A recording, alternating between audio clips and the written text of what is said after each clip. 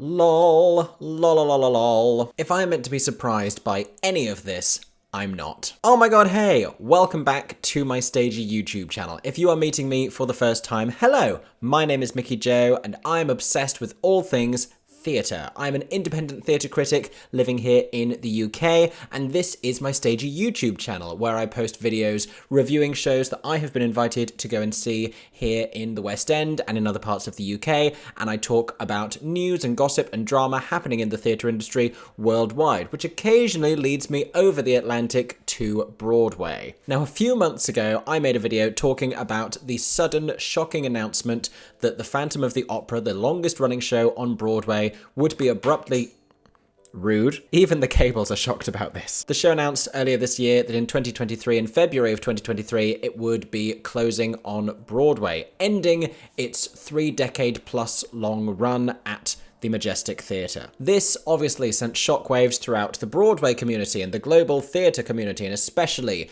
the legions of fans, spelt with a PH, that the Phantom of the Opera has attained over its long history worldwide. And people had an awful lot to say about this announcement, and it's fair to say we analysed it to within an inch of its life. If you want to go and hear everything I initially said about the sudden closing, you can go and watch that other video previously on my channel. But it's fair to say that producers Sir Cameron Mackintosh and Sir Andrew Lloyd Webber are both no strangers to hijinks and publicity stunts. We saw an awful lot of this when Phantom was reported to be closing here in the West End after the pandemic. Lo and behold, it was a brief period of closure, after which it reopened as a broadly similar but slightly edited and slightly trimmed down version to make it more financially sustainable for a long run. As I've mentioned before, because Sir Andrew Lloyd Webber owns the theatre where Phantom is playing here in the West End, Her Majesty's Theatre as it is currently named, soon to be renamed His Majesty's Theatre because we have a king now, he was able to make that decision to have the theatre be dark to allow it the time to renovate and Phantom the time to adapt and completely remove itself and then install a new production. He does not have the same luxury on Broadway because he is not the owner of the Majestic Theatre where Phantom is playing on Broadway. So the Broadway production of Phantom was never able to adapt and make similar changes, and so the fact that it's closing doesn't necessarily come as a huge surprise. But one thing that we should point out, since closing was announced on Broadway, ticket sales have definitely picked up. I don't know that it has necessarily been sold out at every performance like it's being reported. I have seen evidence that that may not actually be the case. But it's fair to say there has been a huge increase in demand for tickets because it's this enormous thing, and there are fans from all over the world. I'm seeing comments everywhere on Facebook pages and on all sorts of social media platforms of people who haven't seen the show for years and are desperate to go and get back and see the brilliant original production one last time before it closes on Broadway. People do not have the same reverence for the new production running in London, although it is incredibly similar. It is not the brilliant original version, and so the New York one is the last running original replica production of that iconic staging, hence the outpouring of love for that production. And there have also been petitions for the show to be kept open. There has been speculation among fans that if they buy enough tickets, if demand is shown to be strong enough, that the producers will change their mind and the theatre owners and the Schubert organisation will change their mind and they will just keep the show open. Now, this is not going to happen, but it is not going to have deterred those people that Phantom of the Opera has this week announced it will not close as planned in February of 2023, but it will extend by a few weeks, less than 2 months, into April of 2023. This came with the announcement that the final block of tickets would be put on sale, but that the final performance of the show would not be made publicly on sale, that it would be a charity benefit performance for an invited audience of, I believe, guests and alumni of the production, which, for a production that's run over 3 decades, is certainly going to have employed enough people, both on stage and backstage and adjacent to the production, to fill an auditorium. So I think that's really nice, the idea that that might be a special performance for people who have worked in and around the show. Will it make the fans happy? Again, with a PH. No, it won't. So why is this happening? Is Phantom actually going to close in April? Is it just going to keep extending forever and ever and ever? Is Phantom of the Opera just trolling us? Did they ever intend to close in the first place? Why did the Phantom of the Opera seemingly lie about this February closing date only to turn around and announce an extension? I have answers to all of these questions in today's video. So before we get even further into this conversation, I make videos like this on YouTube all the time explaining the drama that is going down in the theatre world. If that sounds like the kind of thing that you would vibe with here on YouTube, make sure you're subscribed to my Stagey YouTube channel. You can also find me on other social media platforms. I am at Mickey Joe Theatre on Twitter, on Instagram, and on TikTok. Now, today's video is going to be almost entirely about Broadway. If you want to learn more about Broadway and stay up to date with all of the goings-on, as well as read fun and interesting and thought-provoking articles, you can click on the link in the description down below to get an exclusive discount to the weekly Substack newsletter from the Broadway Maven. If you would like to check out this newsletter first to see what it's like, the first week is available for free, and every subsequent week can be paid for in advance for 50% off if you use the exclusive link that has been provided to viewers of my channel. I also occasionally contribute articles to the Broadway Maven Substack newsletter, so you might read some of my thoughts in those as well. And if you really enjoyed today's video and you weren't able to snag yourself plane tickets and tickets to one of the final performances of the Phantom of the Opera on Broadway, and you have some spare cash lying around, feel free to use the super thanks button down below to donate. That very much helps me as a stagey content creator to make these regular videos. So now let's talk about the Phantom of the Opera. It's time.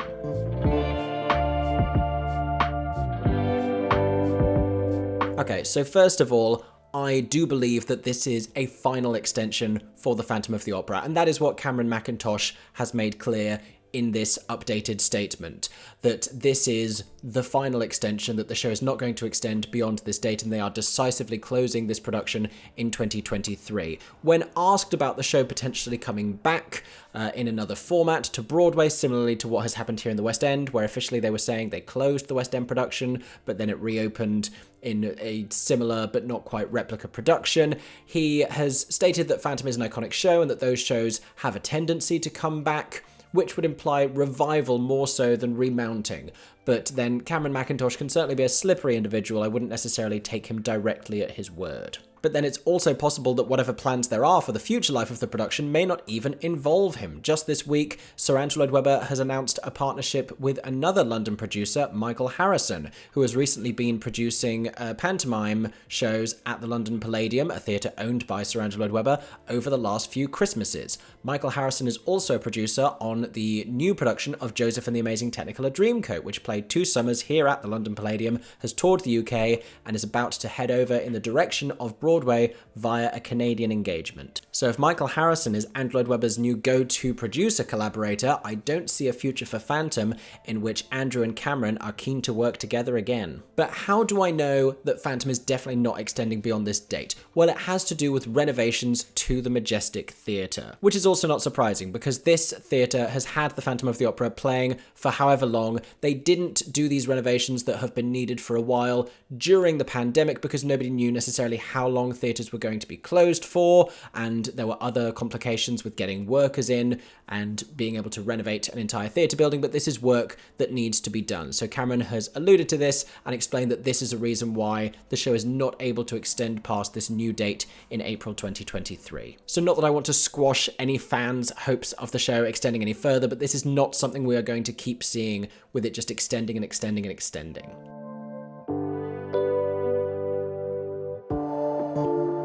It's worth saying as well, the Phantom of the Opera is not the first show ever to do this. As soon as this announcement came in, I was instantly reminded of a Broadway flop called Urban Cowboy. So if you've not heard of this before, Urban Cowboy was a 2003 Broadway musical that ran for only 60 performances on Broadway. It starred Matt Kavanagh and Jen Colella prior to her playing Beverly Bass in Come From Away. It had a score written by various composers, including Jason Robert Brown and Jeff Blumenkrantz. But Urban Cowboy is perhaps the most famous for having had this closing night performance quite soon after its opening, when director Lonnie Price came on stage and announced that the show wasn't actually closing that night, that they had been able to extend, and the crowd went wild. And for the life of me, I've never quite understood why they reacted that way. Because while I think you were probably swept up in the emotion of an amazing closing performance, I've been to closing performances, I know that they can be really great. I do think there's also a part of you that would suddenly realise that you now weren't at the closing, having spent however much on Broadway tickets to be at the closing, for the sake of the show extending for a short period of time. And in fact, I think they only actually extended for a couple of weeks. And you might be wondering why that was, and ostensibly it seems as though it was to give the opportunity for more Tony voters and nominators to come and see the show, because they have a window in which Tony voters will come and see eligible productions, and they wanted to maximise their opportunity of being eligible and receiving Tony nominations.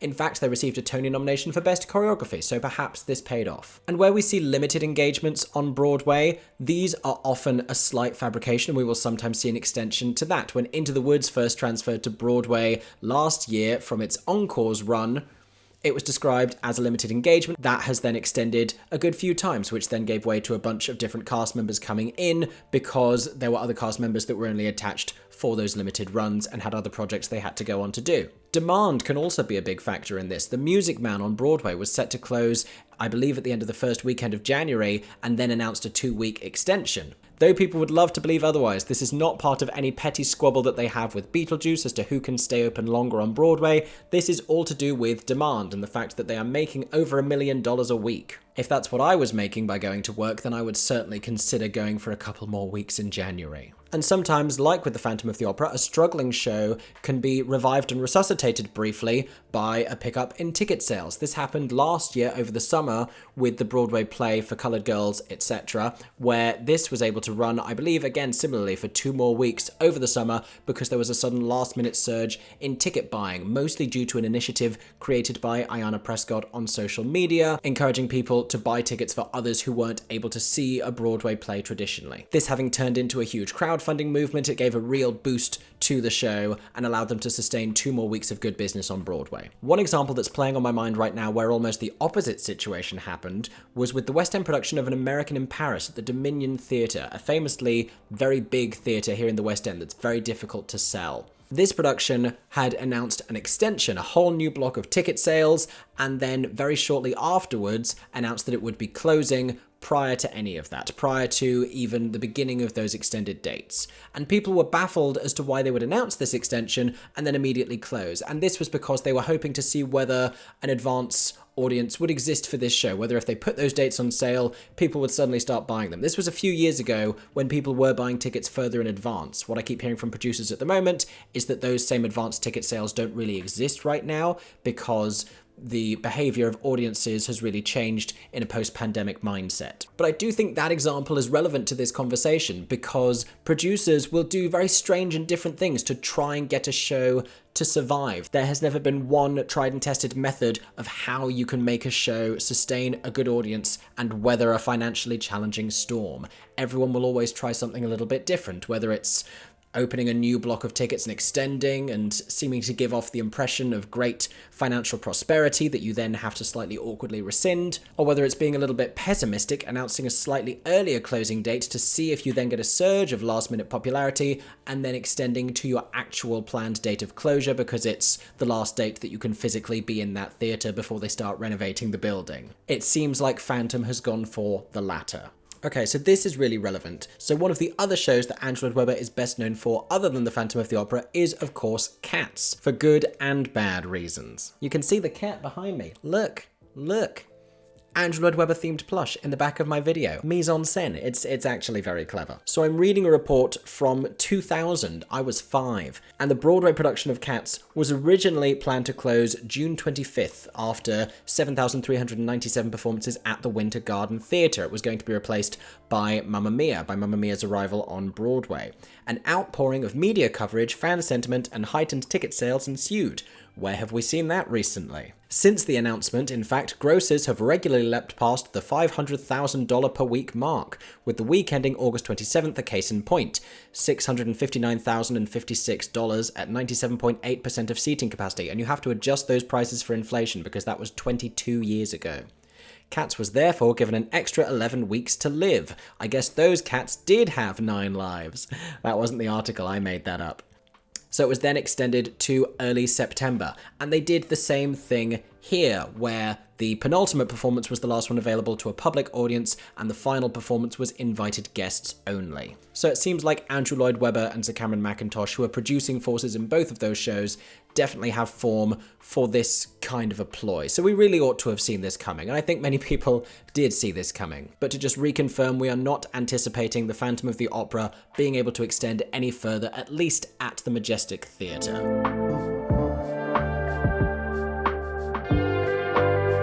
Here's a tweet from earlier today from another West End-based theatre critic, Alan John Hood, at AJH Loves Theatre on Twitter, and he said, now that Phantom Broadway has extended, wouldn't it be fabulous if, on its original scheduled closing date in February of next year, they renamed the Majestic to the Prince? Then finally, the great Hal, referring to Hal Prince, the iconic director of the Phantom of the Opera and many other iconic Broadway shows, could have, for 14 weeks, his record-breaking show playing in his own theatre. There has been a big movement from celebrities on social media. I believe it was initiated by the wonderful Carol Burnett, for the Majestic Theatre to be renamed the Prince Theatre in honour of Harold Prince. I think this would be a lovely tribute. I think it's always great when theatres can pay homage to a specific person. I think Majestic as a concept sounds great, but doesn't necessarily honour anyone in the same way that Harold Prince deserves to be honoured for the extraordinary work that he did on Broadway. And to my knowledge, he was also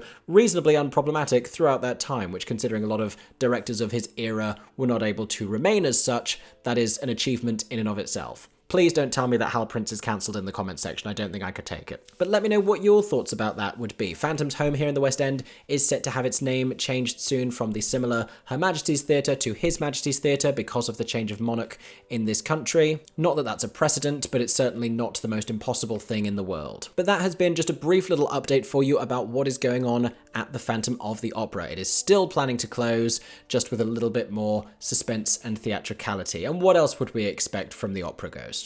Thank you so much for watching today's video. I hope you've enjoyed, and I hope that answered any questions that you might have about the current planned closing of the Phantom of the Opera on Broadway. If there are any questions you have after watching this video that I did not address, pop them in the comment section down below and I will do my best to answer. If you did enjoy today's video, don't forget to subscribe to my Stagey YouTube channel and go find me on other social media platforms. I am on Instagram, Twitter, and TikTok at Mickey Joe Theatre. Also, don't forget to click on the link in the description down below to get an exclusive 50% discount on the weekly Broadway-themed Substack newsletter from the Broadway Maven. I hope that everyone is staying safe and that you have a stagey day. For 10 more seconds, I'm Mickey Joe Theatre. Oh my god, hey. Thanks for watching, have a stagey day. Subscribe!